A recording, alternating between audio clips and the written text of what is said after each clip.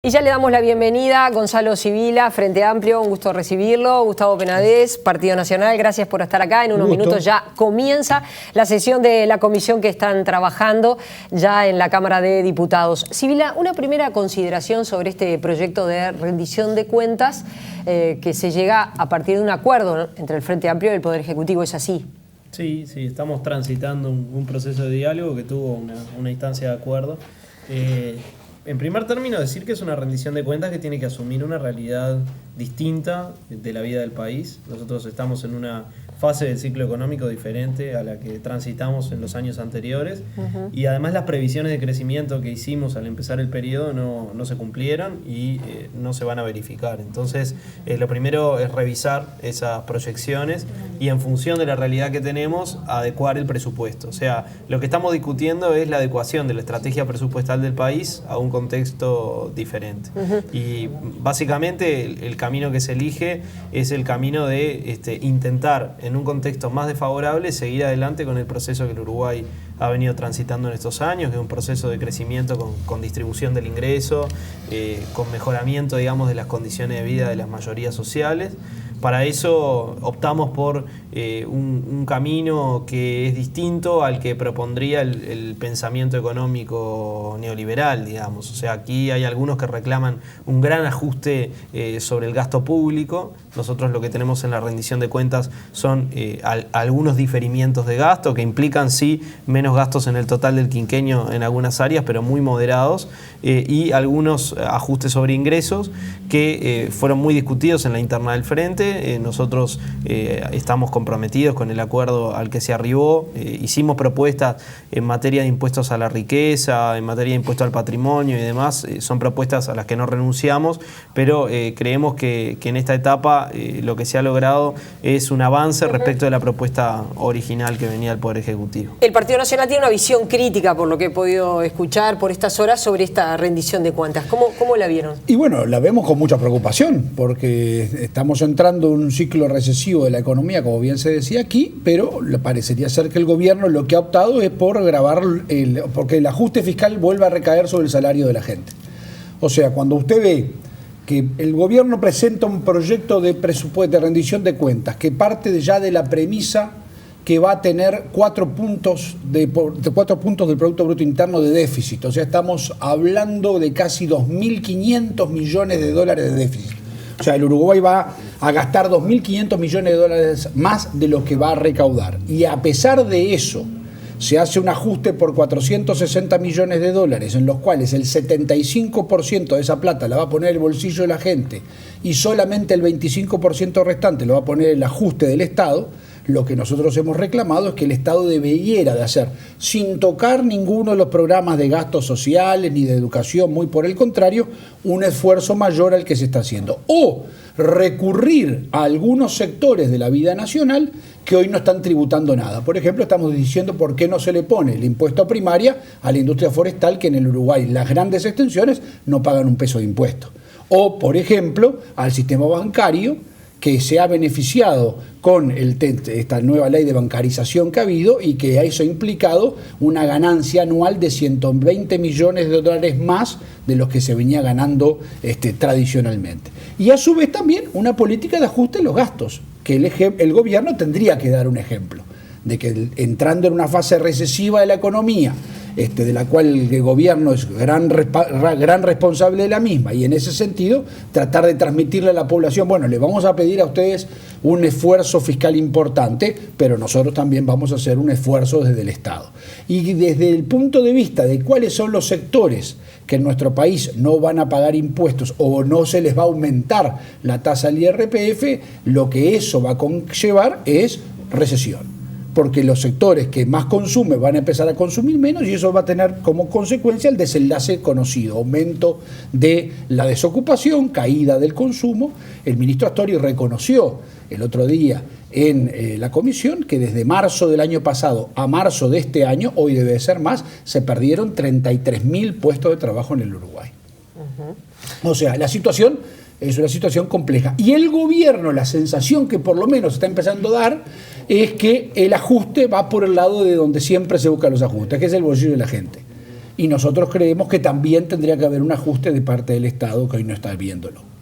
3 elementos. Lo que plantea el diputado respecto a la industria forestal y el pagar más impuestos, mayor impuesto para el sector bancario y mayor recorte del gasto superfluo que tenga el Estado para evitar la carga impositiva o tanta carga impositiva, porque creo que la carga impositiva es un tanto inevitable, parecería. Lamentablemente. ¿No? Sí, yo primero anomaría una puntualización que es más conceptual, capaz que, ¿no?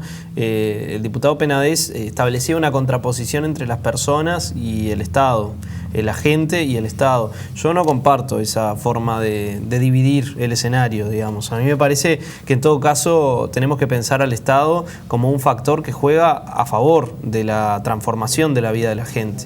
Ese es el rol que nosotros hemos querido darle en estos años, que estamos tratando de darle, y por ende no necesitamos un Estado chico, necesitamos un Estado fuerte, un Estado ágil, tampoco necesitamos un Estado gordo, digamos, necesitamos un Estado ágil aplicando políticas y fortaleciendo políticas que vayan en la línea de mejorar la vida de las mayorías sociales, porque de por sí el mercado no asigna correctamente los recursos, no los asigna igualitariamente. Esta es una visión de política económica que ya se aplicó en el país y fracasó. Entonces, cuando se habla de achicar el Estado, cuando se habla de ajustar el Estado, en realidad lo que se está hablando es de recortar la presencia del Estado en la vida de la sociedad.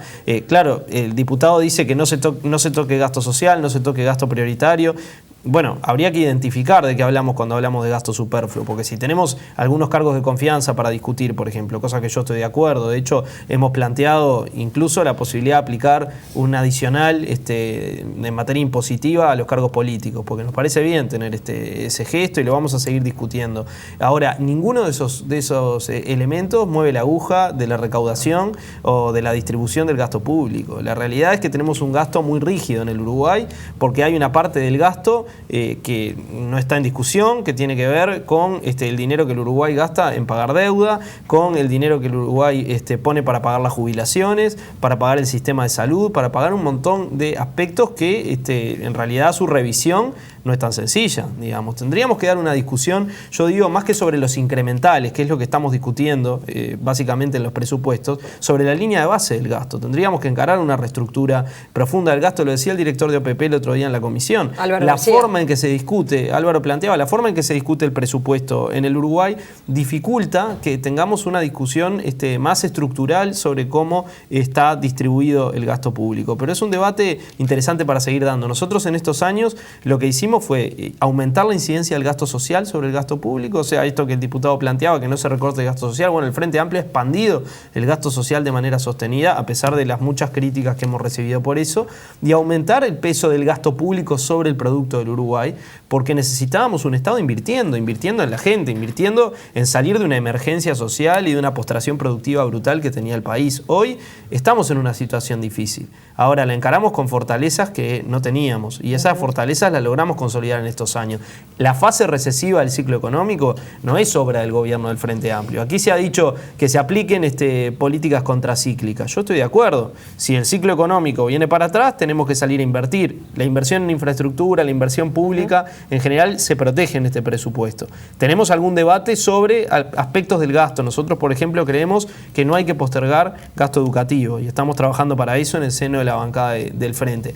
Ahora bien, esa discusión, que es la discusión, digamos, sobre las políticas contracíclicas o procíclicas, en el 2005, cuando se nos decía políticas contracíclicas, ¿qué políticas contracíclicas podíamos hacer? ¿Qué plata podíamos guardar, ahorrar para poder gastar cuando estuviéramos mal, si teníamos a la gente, 30% de la gente en la pobreza, 5% de indigencia, teníamos que remar en dulce de leche, como se dice vulgarmente? O sea, teníamos un país con muchísimas dificultades, muchísimas más dificultades de las que tiene ahora, y el Estado tenía que salir a jugar, no podía quedarse quieto. Entonces, ahí yo creo que está el gran debate sobre el rol del Estado para poder encarar estas dificultades que puede tener cualquier sociedad capitalista, porque son inherentes a cómo funciona el sistema, además. ¿El Estado debe ser más chico? Esa es la idea. El Estado debe ser más eficiente, lo que no ha pasado en estos años.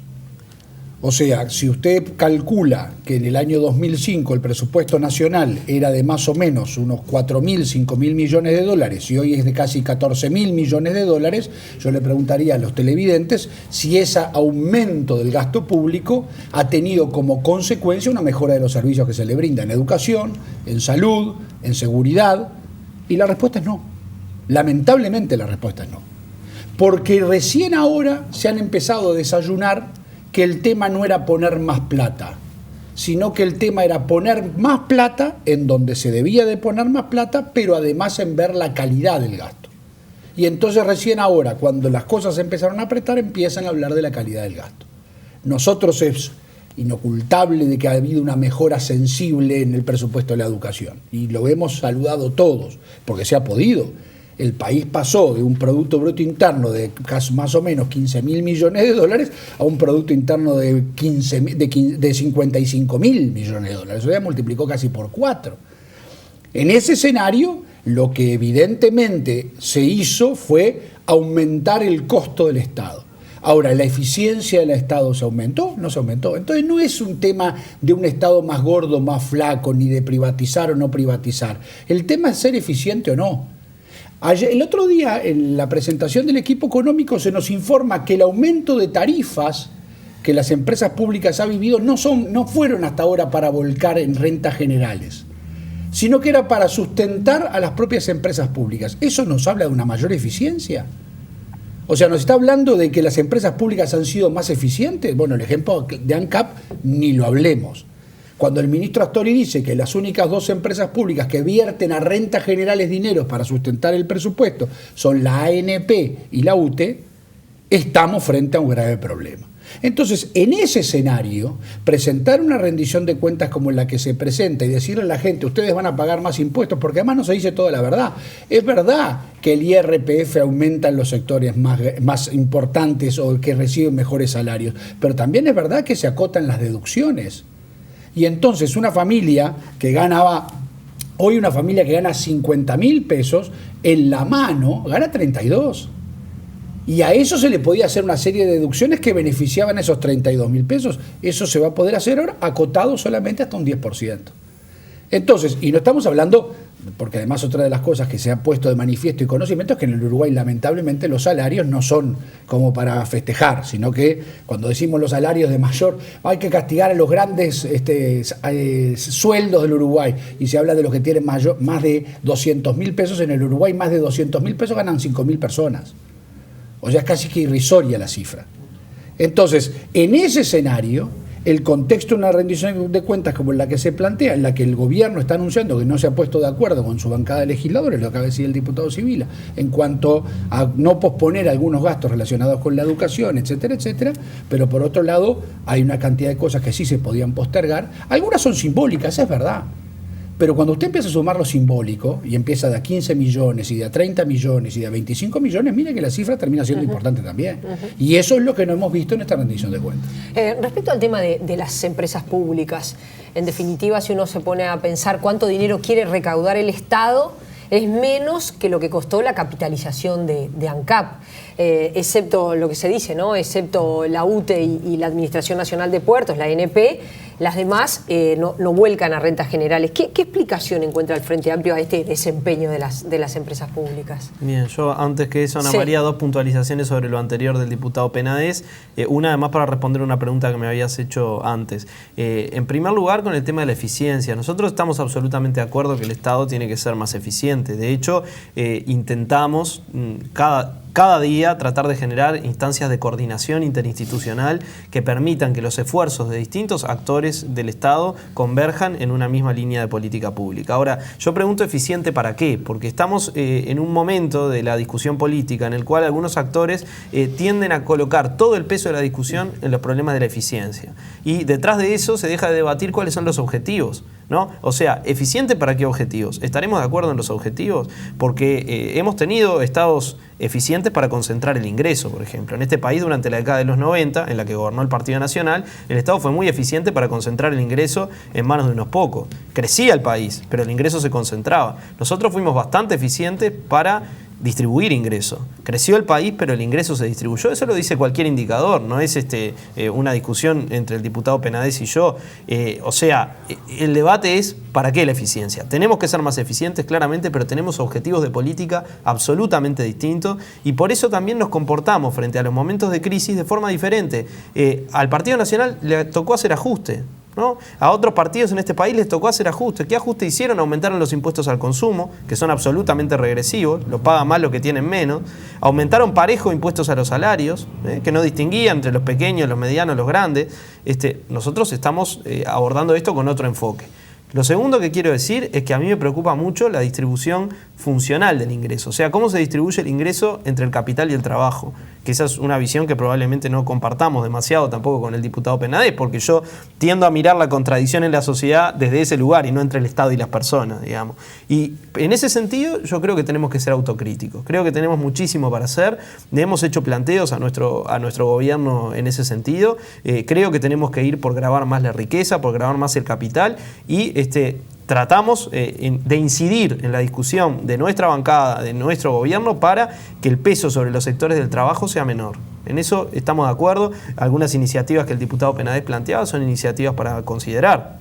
Habrá que evaluar las consecuencias que muchas veces, además desde el punto de vista jurídico, tienen estas cosas y qué apoyos políticos pueden tener realmente en el Parlamento. Porque una cosa es decirlas y otra cosa después practicarlas. Usted dice ponerle impuesto a la forestación o a los bancos. Sí, yo ayer escuchaba a legisladores del Partido Nacional muy preocupados por los ajustes sobre el sector empresarial, ¿no? Y acá no estamos hablando de ajustes sobre monotributistas o pequeñas y medianas empresas, estamos hablando de ajustes que tienen efectos sobre empresas grandes y estaban muy preocupados por eso, bastante más preocupados de lo que dicen públicamente cuando hablan de este tema y se refieren al IRPF. Entonces, por ahí creo que tenemos una discusión para encarar en serio, profunda. Planteaba el tema de las deducciones en el IRPF al trabajo, nosotros también discutimos sobre eso, esa propuesta se mejoró. Hoy las deducciones van a ser más progresivas que antes, quiere decir que va a poder deducir menos el que gana más y más el que gana menos. Antes era al revés, deducían más los que ganan más. Topiadas en un 10. Topiadas en un 10, claramente no estaban topiadas, pero es un tope que tiene en cuenta que se mantenga el mismo nivel de deducciones para los sectores de franjas más bajas. Y por último, la pregunta sobre las empresas, porque no quería dejar de responderla. La pregunta sobre las empresas, yo digo, las empresas públicas en este país han mejorado muchos servicios públicos, ¿no? Me parece que nadie niega que, por ejemplo, el suministro de energía eléctrica en el Uruguay es muchísimo mejor de lo que era. Yo me acuerdo, y tengo 31 años, pero me acuerdo siendo niño de apagones programados en el Uruguay. Hoy esa situación no está. Nosotros hemos mejorado los servicios de telecomunicaciones notablemente, ¿no? El país hoy tiene un acceso a fibra óptica que no tenía, tiene un sistema mucho más moderno de telecomunicaciones. Eso ha sido inversión pública. Tenemos discusión sobre algunas empresas públicas en particular, sobre los costos, ¿sí? A ver, yo no me olvido que algunos de los que hablan hoy de los costos de las empresas públicas las querían privatizar. Y bueno, allá están las empresas públicas privatizadas en otros países y los estados inermes para poder llevar adelante políticas que hacen a cuestiones esenciales de la vida de la gente. Hay que decir que hay aspectos de gestión sobre los que hay que ser autocríticos, claramente sí, hay que hacerlo. Ahora también hay que decir que este país tenía un retraso enorme en inversión en algunas áreas. ANCAP, la refinería de ANCAP, más temprano que tarde, si no se hacía la gran inversión que se hizo en la desulfurizadora, había que apagarla. Y eso también es una cuestión que hay que discutir. Se hizo una inversión millonaria que no tiene retorno económico inmediato. Se utilizaron las tarifas de ANCAP, el precio de los combustibles también en función de metas de inflación. Eso sucedió. Y este es un debate que el país ha tenido siempre. Yo el otro día revisaba unas actas parlamentarias, un debate entre la calle Pou y Amorín Valle hace unos cuantos años, cuando el Frente Amplio no era gobierno, y decían, bueno, ¿cómo se utilizan las tarifas públicas? Si se utilizan para recaudar para rentas generales o se utilizan para mejorar la situación del que consume los servicios de las empresas públicas. Es un debate largo. Del partido. El diputado civil hace siempre largas introducciones y no ingresa en el fondo de la cuestión, que es la rendición de cuentas. Sobre los debates del año 90 y de la década del 90, si quiere, los tenemos cuando quiera y con muchísimo gusto. Lo que no contesta es, ¿las empresas públicas han sido eficientes? No, no han sido eficientes. ¿Han gastado en los fines que tendrían que haber gastado? No, no han gastado, y el ejemplo paradigmático es ANCAP. El Estado tiene que ser más eficiente. Cuando se habla de eficiencia, yo estoy pensando en que alguien que hoy va, en estos momentos está yendo al Pasteur, al Maciel o al Pereira Rosell, sea atendido rápidamente por un médico. Que quien hoy está llamando por un delito sea rápidamente atendido por la policía. Que quien inicia un trámite en una dependencia del Estado sea debidamente atendido y rápidamente encuentre su respuesta. Esa es a la eficiencia a la que yo me refiero, y en esa eficiencia debemos de coincidir, no se ha avanzado mucho o casi nada. En ese sentido es donde entonces lo que tenemos que discutir es, en cuanto a esta rendición de cuentas, darnos cuenta que ese debate que el diputado Sibila, por ejemplo, hace de una justicia distributiva mayor entre el capital y el trabajo, la ha perdido en su propia fuerza política. El IRPF hoy recauda el 80% del tributo por el trabajo y solamente el 20% por el capital. O sea, el grave problema que tenemos entonces es que no se ha dado lo que él ha dicho. Al contrario, y en esta rendición de cuentas se acentúa aún más esto, producto que se aumenta sobre el sueldo de la gente la presión fiscal. Y como consecuencia o como contrapartida, el Estado no hace recortes donde debiera hacerlo. Y entonces, símbolos. Se compra un avión presidencial a $1 millón. Absolutamente innecesario. Símbolos, asesores de ministros, adscriptos de ministros. Si usted corta todos los adscriptos que tienen los ministros, se ahorran $15 millones al año. Es una cifra que quizás no mueva la aguja, pero hay una cosa ahí sintomática que debiera de ser demostrativa de lo que se debiera hacer. Ministros sin asesores. Y entonces, no, los ministros tienen miles de asesores que son los funcionarios públicos. ¿Le dijiste cortarlos todos? No, cortar todos los adscriptos que tienen los ministros, eso cuesta $15 millones. A ver, si para vos te parece que un asesor es un personal trainer para el ministro de Transporte y Obras Públicas, como fue el año pasado, periodo pasado. No estamos discutiendo. Bueno, no, pero ese fue el periodo pasado donde hubo. Hoy hay un asesor en biología para el ministro del Interior. Vamos arriba. Entonces, de lo que estamos hablando es de cosas que son sintomáticas, se deberán de adoptar y que tienen como objetivo, entonces, dar claros mensajes a la población de hacia dónde se quiere ir. Y lamentablemente, cuando decimos, por ejemplo, el impuesto a primaria a la forestación, nosotros ya lo planteamos. Y el Frente Amplio, el diputado Sibila lo votó en contra. Nosotros planteamos el tema de que la industria forestal de grandes espacios o grandes predios tuviesen algún tipo de carga tributaria. Y el Frente Amplio lo votó en contra. ¿Por qué lo votó en contra? A ver, hay un argumento jurídico por el cual no se ha ingresado en esa discusión.